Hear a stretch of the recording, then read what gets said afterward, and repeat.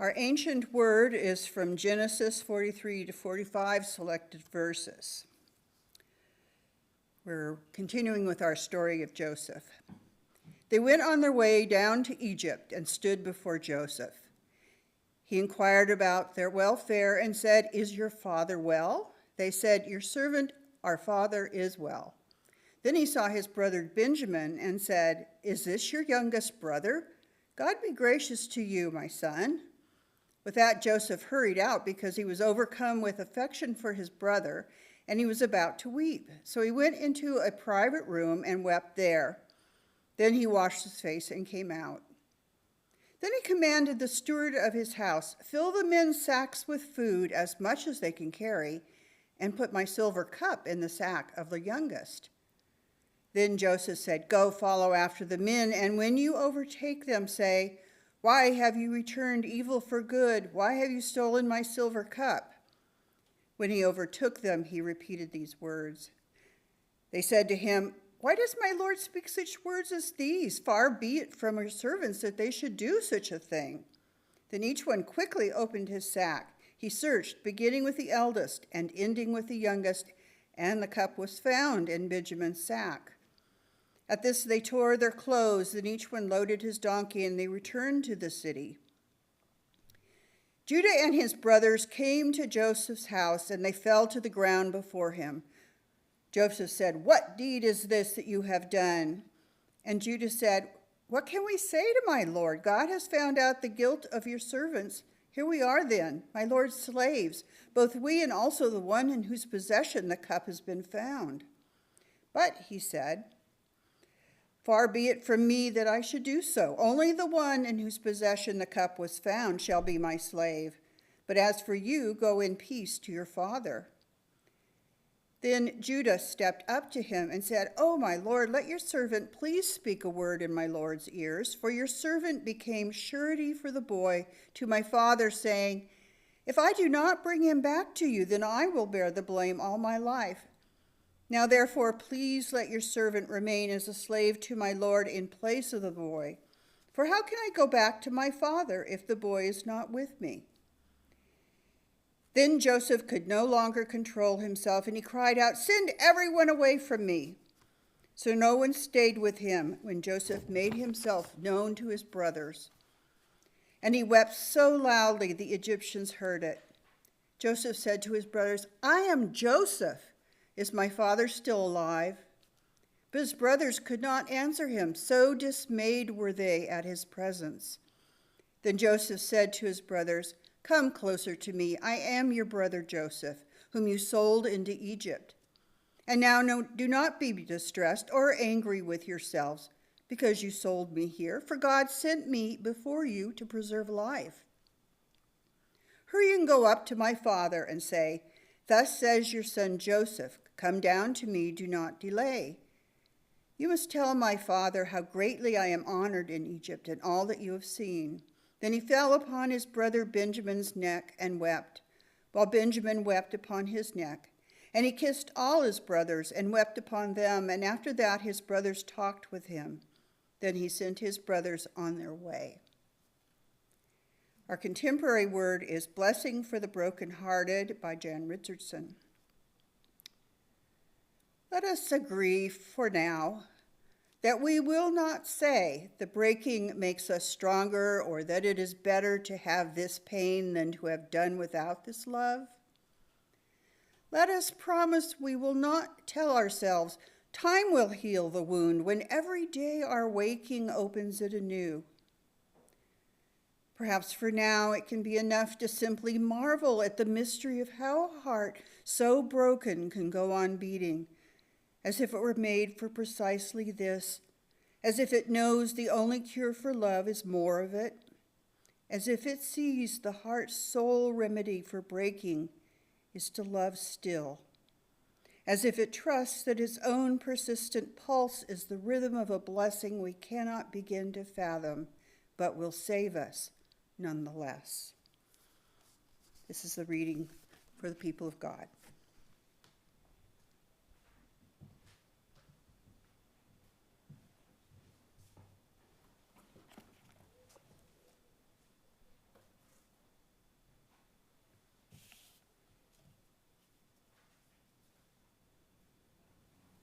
There are many kinds of famines.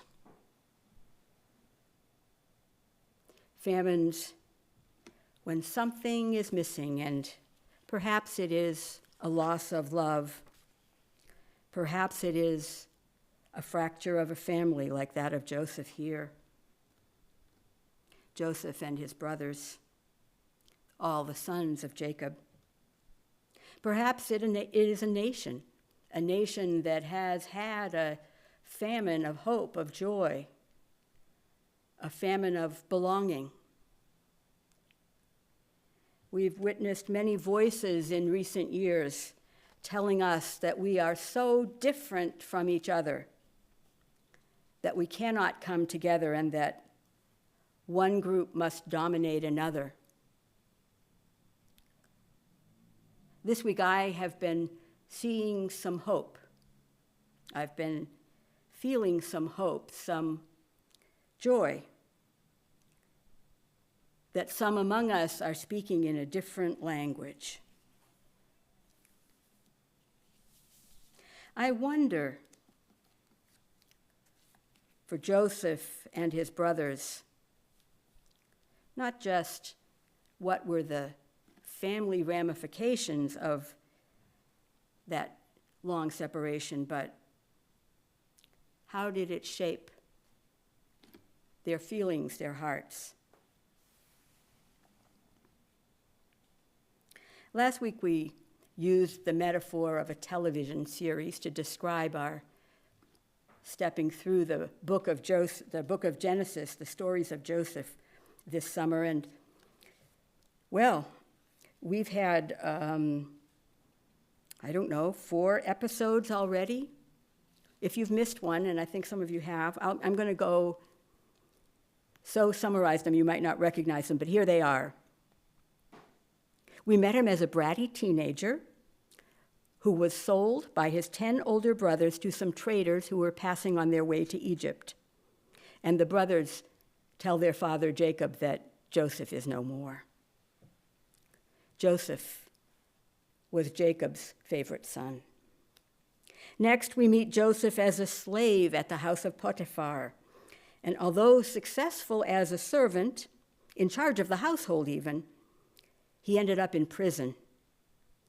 And there again, he was put in charge of managing everything. In our 3rd episode, Joseph was released from prison to interpret Pharaoh's dreams, which foretold 7 years of plenty and 7 years of famine. And the Pharaoh put Joseph in charge again. There's something about this Joseph. And over those years, Joseph had built up vast stores of grain. And when the famine started, he opened the grain houses to sell that grain to the hungry people. And not just to Egyptians, but to people from all over the world. In our 4th episode, Jacob sent the 10 older brothers to Egypt to buy some of that grain. And in Egypt, they came before Joseph to buy the grain. Joseph recognized his brothers, but they did not recognize him. Joseph put them in prison for 3 days. He wanted to test them. He wanted to push them to the limit. He wanted to control them. And yes, he also wanted to save them, to save the whole family. And leaving Simeon in prison, the rest of them, the 9 others, went home with grain and with instructions to come back with Benjamin to relieve Simeon. Jacob's heart is going to break again. Now, our episode today gives us a little clearer picture of the brothers. They are determined to bring Benjamin safely back to their father, and all seems to go well until Joseph has his silver cup planted in Benjamin's sack and then accuses him of stealing. Joseph is going to keep Benjamin there, but Judah insists that he must take Benjamin's place.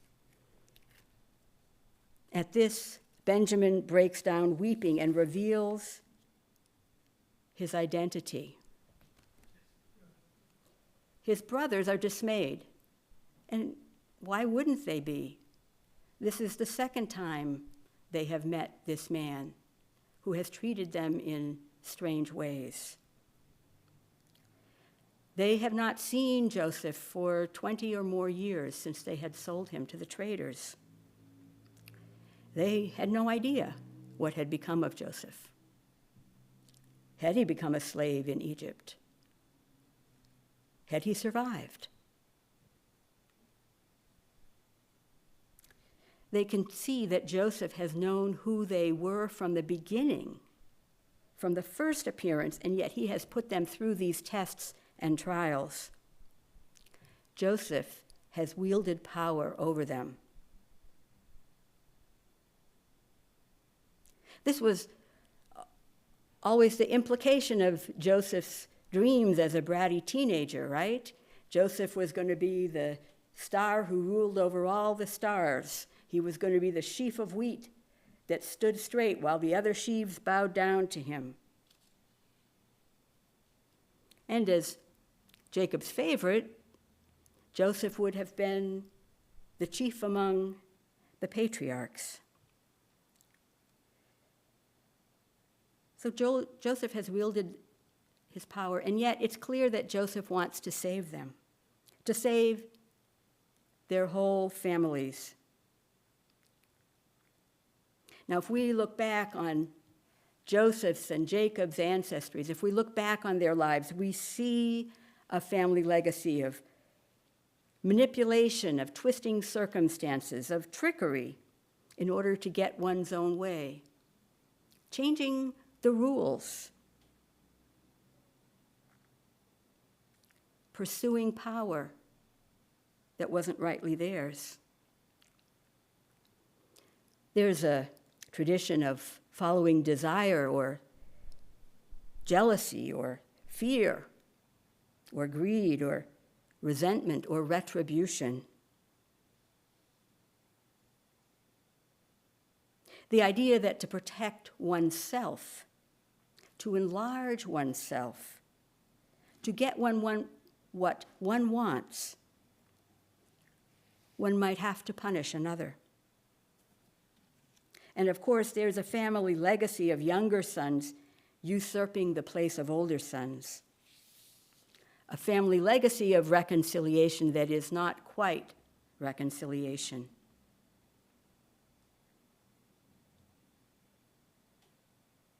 We've been focusing this summer on the family dynamics, on the ways that family members can become separated from each other, can reunite, the way that family members can, while never quite letting go of one's affection for each other, can mistreat each other,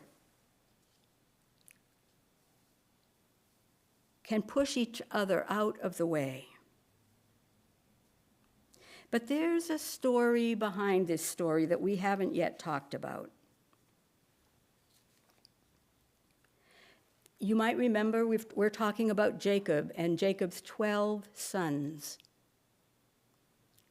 The youngest two, Joseph and Benjamin, were born to his favorite wife, Rachel. That's why Joseph favors them.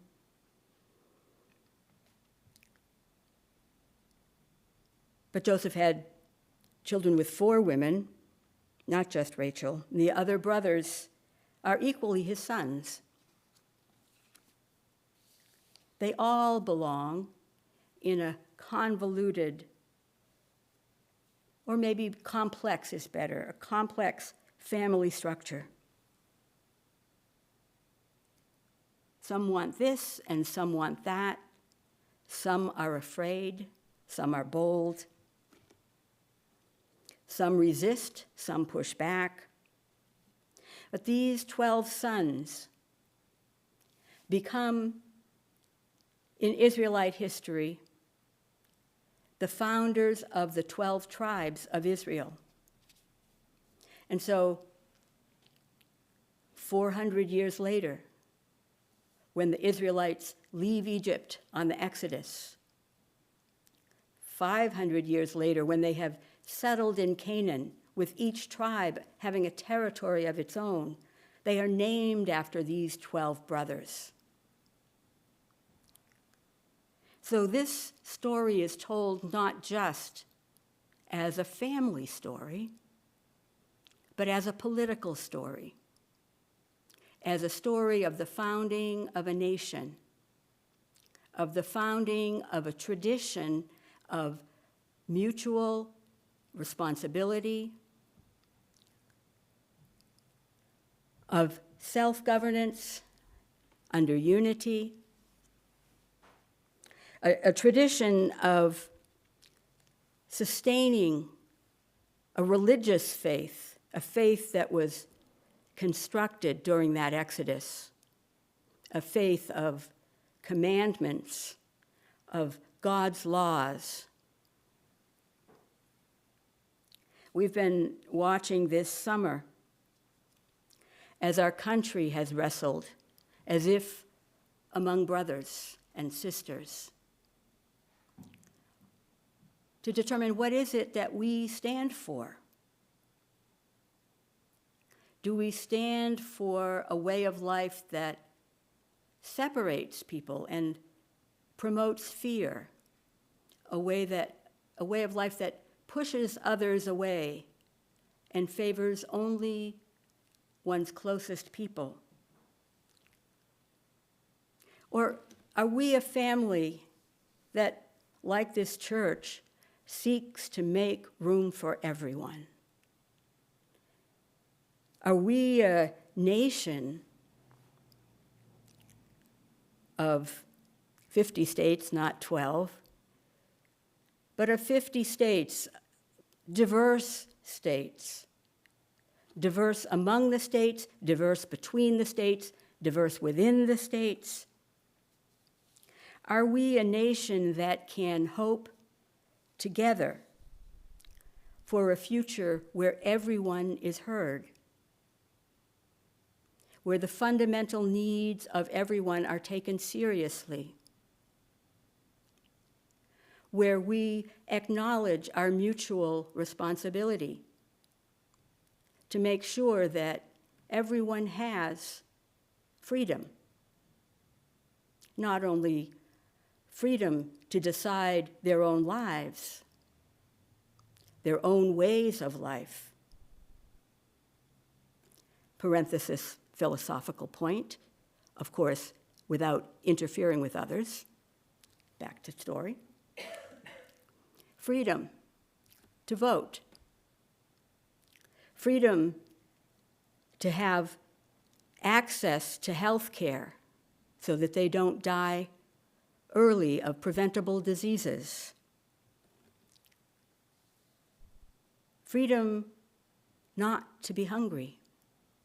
What kind of nation do we seek to be?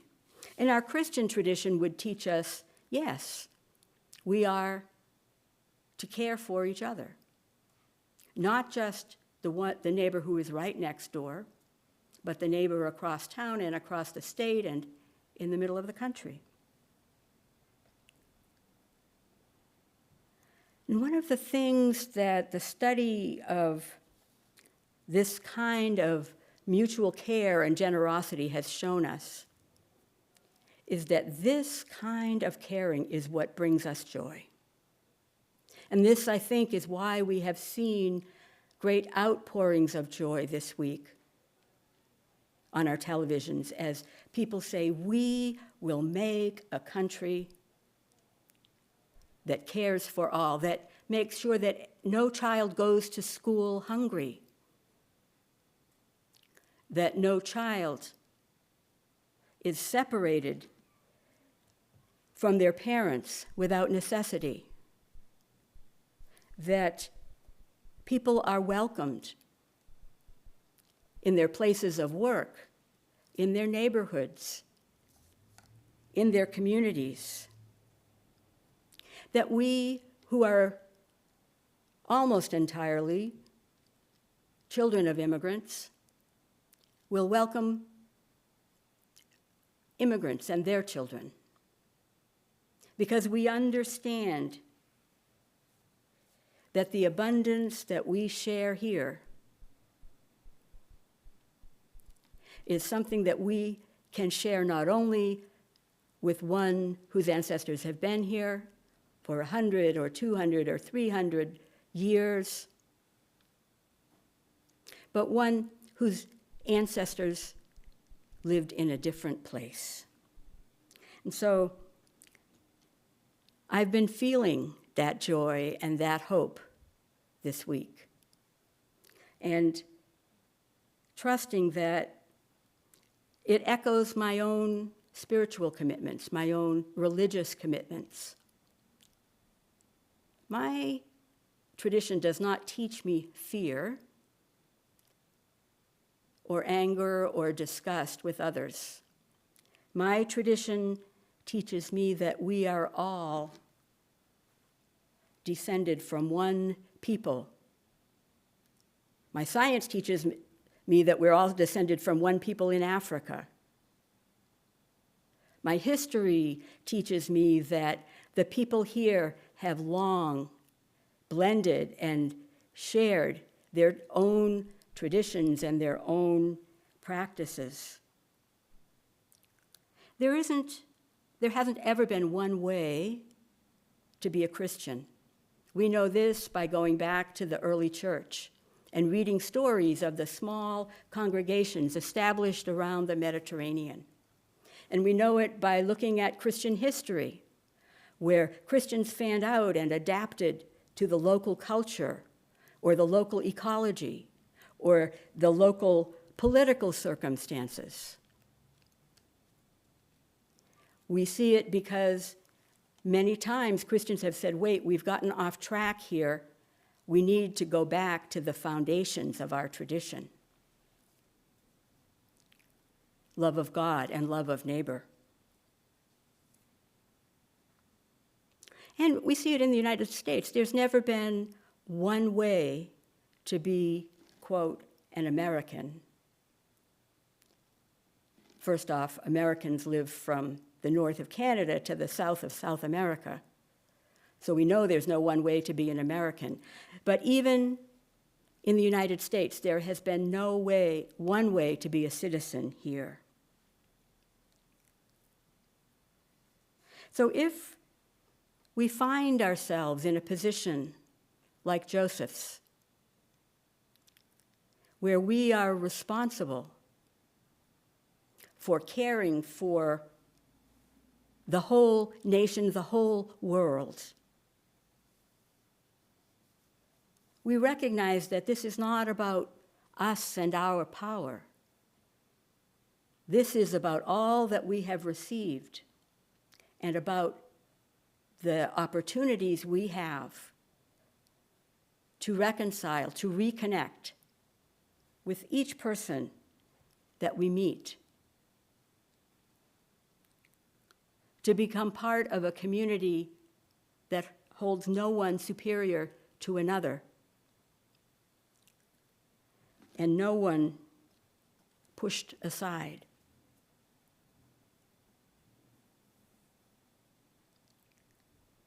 It's difficult. It's difficult, depending on which of the many media sources we follow, or social media, or TikTok, or whatever. We are hearing very different stories. Very different stories. We may be dismayed about the state of our country. We may know that we are hungry for something, and when someone tells us that we are hungry for superiority, maybe we buy that.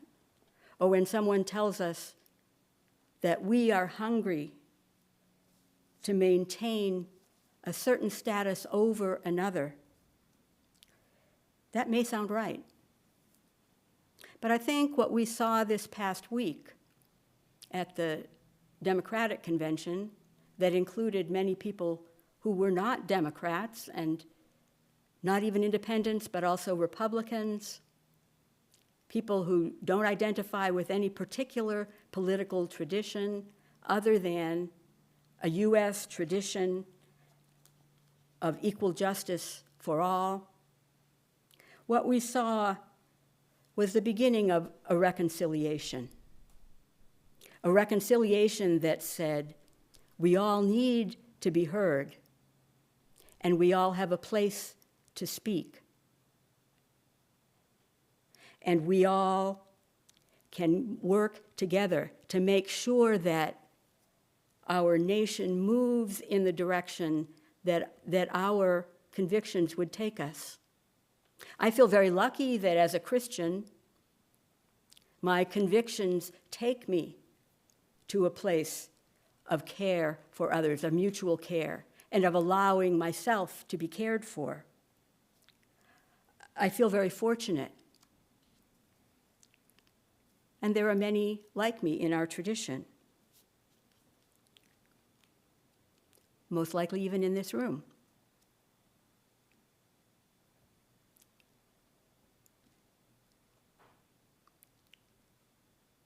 There is a lot of work to do in order to reconcile. If we are Joseph's brothers, we know that we have at times been pushed aside in favor of a younger brother, or manipulated by an Egyptian official. We have been imprisoned. We have been held back from what we meant to do. None of us have been perfect. None of us will be perfect in the days to come. We all get to make mistakes. But I think what this story is trying to say here, or at least today it's saying this to me, is that reconciliation has begun. A time of fragmentation has been overcome, at least here or there, by the fundamental love that we have for each other, for all people, for our country and all countries, and for the earth itself.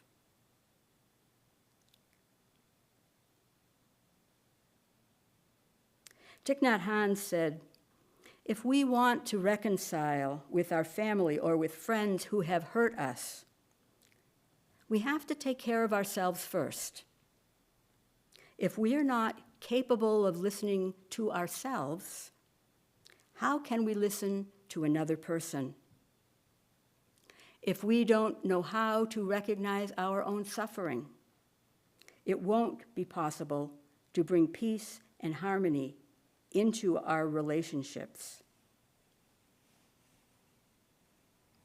He says to us that we don't have to be perfect or feel fully recovered from whatever has troubled us in order to listen to each other, but this listening is a practice, and that we can practice listening, and we can learn new ways of listening, and we can hear new things.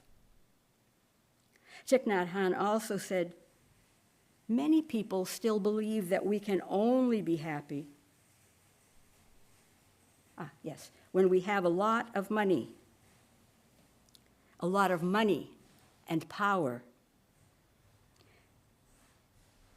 Looking around, we see many people who have plenty of money and power, but who still suffer very deeply from stress and loneliness.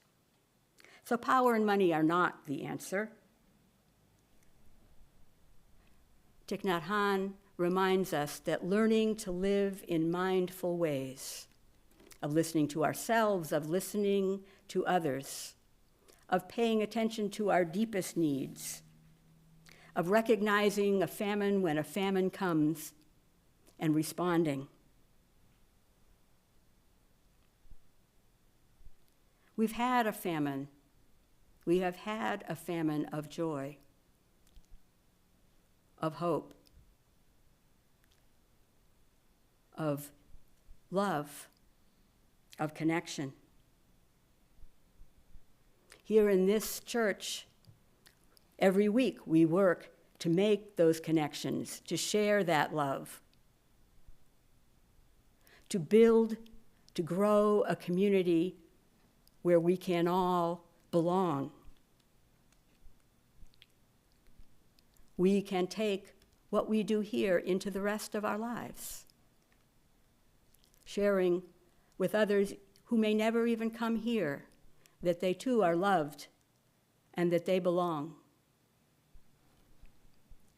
This is our task.